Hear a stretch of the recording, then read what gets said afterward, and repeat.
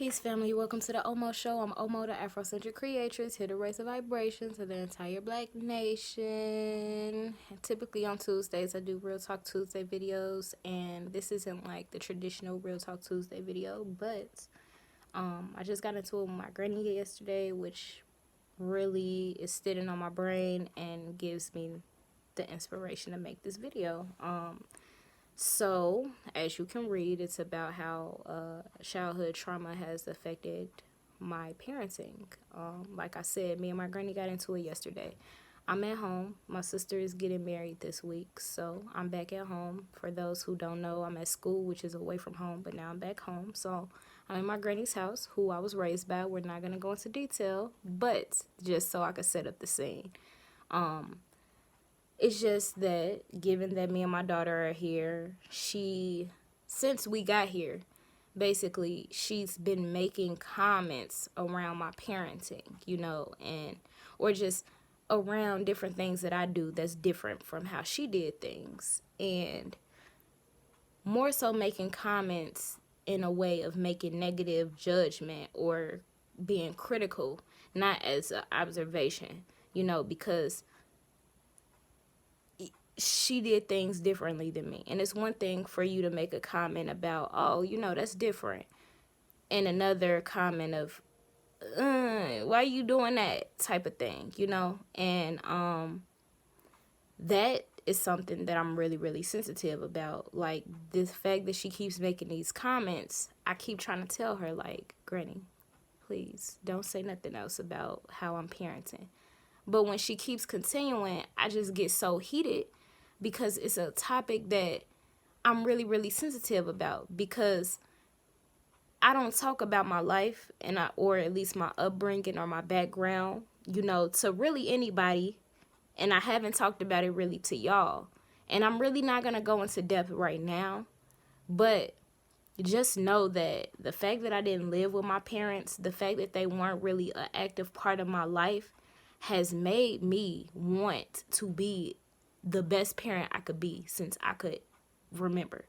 Like, my life goal has always been to be a mom and to give my children the things that my parents couldn't give me. And this wasn't, or didn't give me, and this wasn't material things. This was about love, not feeling neglect, just feeling supported, encouraged and just thought of, and just a whole bunch of stuff like that. I wanted to fill the void that I've always felt within my heart when it came to my own upbringing. I wanted to feel that by having children and doing it better than my parents ever did. And let me tell you, I do a damn good job at being a mom. No one can tell me I'm not an amazing mom. I am. And that's like, out of everything in my life, everything that other people might be proud of when it comes to me, that's the one thing I'm proud of, is being a mom. That's the one thing that I know and that I'm confident within myself, and knowing that I do the best damn job that I can do. And that's pretty damn fucking good. It's not even on the lower end, like, oh, I'm doing the best I can do. No, I am the best mom that there is. Really, as best as a mom can be, I am that.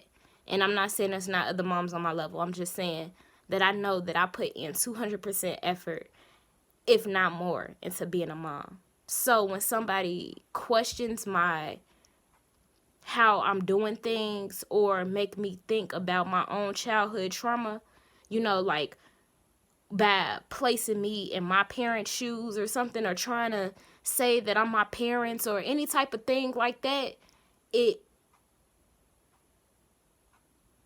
angers me. Because I felt neglect my whole life, basically, like I just said, I make sure that my child don't ever feel neglected. Even if sometimes it's like I'm always around her. Like, I don't even really leave her in the room by herself for too long, just because, unless she sleep, of course, but just because I want her to know that I'm here. I feel, even if she ain't crying, I still be feeling the need to just be around her, to just like, hey, baby. Even if I let her play on her own, I'm still kind of in her eyesight majority of the time, just because I don't want her to feel neglected. I want her to make sure that she knows that I'm here, and mommy ain't going nowhere. I would never leave her. So that's one thing. Who knows if that's a good or a bad thing? But that's how we get into how, family will make me feel like, oh, I spoil her, just because I'm making sure that my daughter feels assured in our relationship and feels secure, and knowing that her mom is around, especially when we're in places that we're not usually in, or if people are around who not usually around, given my family. She's only met my mom and my granny one time before us coming here right now, which affects a lot. She ain't never been to this house, which affects a lot. So just for me to be comforting her in the ways that I do, I don't need to hear any judgment about that, especially when I do it out of good intentions on being the best mom I could be. Another part of that is that I don't want to allow my anger to be placed on my children. I don't want my own frustrations. I don't ever want to take my own frustrations out on my child, even if my frustrations has to do with her. Like, for instance, and I'm going to make another video about this, but my daughter, she now doesn't sleep with me anymore. We were sleeping together, but now she sleeps in her own, her own area. And she also, falls asleep majority of the time on her own, right? And part of this, and I'm going to talk about this in another video, but part of that is like when she's taking a long time to fall asleep, or when she's crying herself to sleep, because babies go through different developmental stages where, they'll just flip something off, they'll flip something up on you, like flip it all the way up, So when she has those moments where now she's crying to sleep, or she's taking forever to go to sleep, instead of me allowing my frustration to be taken out on her because it's taking her an hour to go to sleep, or it's taking her 2 hours to go to sleep, I allow my baby. Sometimes I have to take a step back so that I don't become frustrated with her or take out my frustrations on her, to lay my baby down for a few minutes to see what she gonna do on her own, so that I could take a step back and clear my mind and breathe, so that I can actually have the patience to go back in there. That's not a quality of a bad mom. But when you say stuff like, ooh, you sound like you torturing her, without realizing that whole time I didn't have her laying down crying, that I'm sitting up here holding her, rocking her, and she was crying and crying for a whole hour, being in my arms, and I finally decided I need a break, and I finally put my daughter down to walk away, to see what she would do on her own, to see if it was just that she didn't want me holding her to go to sleep. And you gonna say it sound like I'm torturing her? You don't. So I allow my daughter to be independent in certain ways, or sometimes I take a step back from my daughter just so that my anger won't be taken out on her, because that's what it was done in my life. They took their anger out on me. They took their frustrations out on me, even if it was something that I said that might have triggered something. To realize children are children. They innocent beings, in the situation. In many situations they are, especially a baby. It's like, how am I going to be frustrated because she taking an hour to go to sleep? Don't you take an hour to go to sleep sometime? And should I allow myself to become overly frustrated by rocking her for a whole hour? Or allow her to try to settle herself down, especially if she ain't crying? And if I met all her needs. But regardless, like, again, I don't have to prove what type of parent I am. I don't have to justify that. But it's so sad that sometimes when we around our parents or older adults in our family who didn't do things in the best way, and who you really could criticize if you wanted to, but you really don't do that just for the sake of their own feelings. But then they try to criticize you in ways that you're actually trying to do better than them. They try to make it seem as if that's not the best way or something. Like, it's really irritating, And I've already talked about how, my childhood trauma when it comes to my dad and the whole disappointment thing.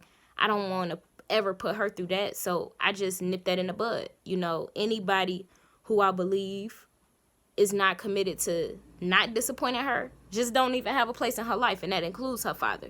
You know, I know for a fact that by me allowing that energy into her life, it's only gonna be negative, because he don't even want her. He don't even want nothing to do with her. So why force her onto someone who doesn't even deserve her love if they don't see what she's worth? You know, don't see the beauty of her entire presence. You know, so regardless, you know, some people got something to say about that. Family got something to say about that, because like I said in another video, they just settle. You know, with me, my whole life, you know, I always had a problem with the way that my dad treated me. And when I say something about it, people would be like, well, that's still your daddy. You know, well, he do better than, you lucky to have him do what he do. You know, like settling. Teaching us to settle for the little things that men want to do in our life. And that just is not something that I want to teach my daughter. I want to teach her what she's worthy of, no matter who it is. Don't even settle for me to do what I want to do. I want her to always accept or expect and require the best out of people in her life. Her own parents even. Me. Please be vocal to me and let me know how I can do you better. I want her to, because I want to be the best mom that I could ever be. And I am. I'm being the best mom that I can ever be. So regardless, it's like sometimes I feel like the older generations, a lot of them haven't worked on healing themselves, you know, past their childhood traumas. So a lot of their childhood trauma perpetuated when it came to raising their own kids. And now a lot of us in this newer generation, or the ones that came after them, are actually doing the work and trying to heal ourselves and being more productive, thus changing the behaviors that were done unto us when we were children. And we should feel proud to do that. We should be proud about it. You know, just how much effort we're putting into healing ourselves and thus healing our future generations. Don't perpetuate cycles, fix them. And, you know, when your family sits up here and, you know, has something to say about how you doing, don't be like me and second guess yourself and start questioning your parenting and start changing things up just because you don't want your grandma to have something to say. Be you. You know what works for y'all. Me and my baby been doing this for almost 4 months by ourselves. You feel me? We got this. We've been doing it by ourselves. So with that, don't let nobody make you feel any less than, especially when you know you doing more than enough. All right, y'all. Peace, love, Black power all day, every day, ain't no other way. Okay?